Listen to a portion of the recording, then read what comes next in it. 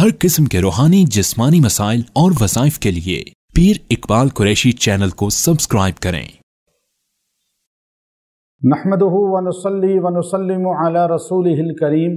اما بعد فاعوذ باللہ من الشیطان الرجیم، بسم اللہ الرحمن الرحیم۔ ذی الحجہ کے چاند کو دیکھ کر ایک مختصر عمل ہے قرآنی، اگر آپ یہ کر لیں اللہ پورا سال آپ کو پریشانیوں سے، تکالیف سے، اذیتوں سے، بیماریوں سے محفوظ رکھے گا۔ چونکہ ذی الحجہ جو ہے اس کے متعلق اللہ رب العزت نے قرآن پاک میں قسمیں بھی کھائی ہیں، اور اس مہینے کی بڑی فضیلت اللہ رب العزت نے قرآن پاک میں بیان فرمائی ہے۔ اور مکہ کے اندر چونکہ اللہ رب العزت نے جب مسلمانوں کو تھوڑا تھوڑا تقویت دینا شروع کی تو مشرکین مکہ بہت پریشان ہوئے کہ ہم سوچتے تھے آہستہ آہستہ یہ مسلمان ختم ہو جائیں گے، اور پھر جیسے یہ بے صبری سے توحید کا اعلان کرتے ہیں آہستہ آہستہ یہ نارمل ہو جائیں گے اور ہمارے ساتھ کمپرومائز کر لیں گے، اور یوں ہماری لات و عزیٰ کی تبلیغ بھی ہوتی رہے گی اور اللہ کی تبلیغ بھی ہوتی رہے گی۔ لیکن جب انہوں نے دیکھا کہ مسلمان تو بڑھتے ہی جا رہے ہیں تو انہوں نے تکالیف کے پہاڑ گرانے شروع کر دیے، اور آپ صلی اللہ علیہ وسلم کے صحابہ کو اذیت دی، یہاں تک کہ صحابہ کرام کو کس طرح انہوں نے انگاروں پہ لٹایا۔ حضرت خباب رضی اللہ تعالیٰ عنہ کو حضرت ابو فقیہ کی ہڈیاں توڑ دی گئیں، حضرت زنیرہ رضی اللہ تعالیٰ عنہ کی آنکھیں نکال دی گئیں، حضرت سمیہ کو دو جسم کے دو لخت کر دیے گئے، حضرت عمار اور آل یاسر کو تکالیف اذیت حد درجے دی جاتی تھی، بلال حبشی رضی اللہ تعالیٰ عنہ کو کس طرح مکہ کی ریت پر گھسیٹا جاتا تھا، یہاں تک کہ نبی صلی اللہ علیہ وسلم نے جب اپنے صحابہ کو تکالیف میں دیکھا، اور خاص طور پہ اپنی بیٹی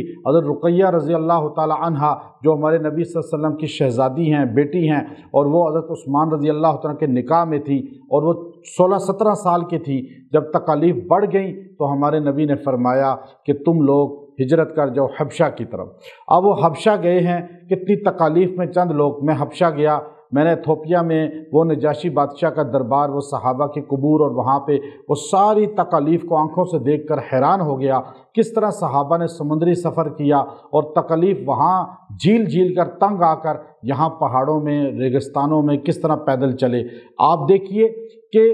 سورہ فجر اللہ رب العزت نے نازل فرمائی اور صحابہ کرام رضی اللہ تعالیٰ عنہ کو بتایا کہ اے صحابہ آپ پریشان نہ ہو، اللہ رب العزت جو ہے وہ اس تاریک رات کو ختم کرے گا اور طلوع فجر ہوگی، یعنی خوشیوں کا وقت دوبارہ نمودار ہوگا اور اللہ تعالیٰ آپ کو عروج دکھائے گا۔ یہ جتنی بھی پریشانی ہو، تکلیف ہو، ذلت ہو، نکبت ہو، بیماری ہو، ختم ہو ہی جاتی ہے، اور اللہ رب العزت نے نظام قدرت یہ رکھا ہے۔ تو صحابہ کو یہ ترغیب تھی۔ سورہ فجر مکہ میں نازل فرمائی، 30ویں پارے کی صورت ہے، اور اس کے شروع میں والفجر کہا، فجر کے وقت کی قسم، یعنی فجر کا وقت طلوع لے آتا ہے اور روشنی لے آتا ہے صادق، اور ایک دم تاریک اندھیری رات ختم ہو جاتی ہے تو ایک امید کی کرن پیدا ہو جاتی ہے۔ اللہ نے فرمایا جلد ہی تمہیں اللہ فتوحات دے گا، یہ ظلم و ستم ختم ہو جائیں گے۔ تو والفجر ولیال عشر، یہ سورہ فجر جو آدمی ذی الحجہ کا چاند دیکھ کر یا اس کی خبر سن کر مرد عورت پڑھیں گے، اللہ تعالیٰ ان کو پورا سال غموم سے، پریشانیوں سے، ذلت سے اور ہر قسم کے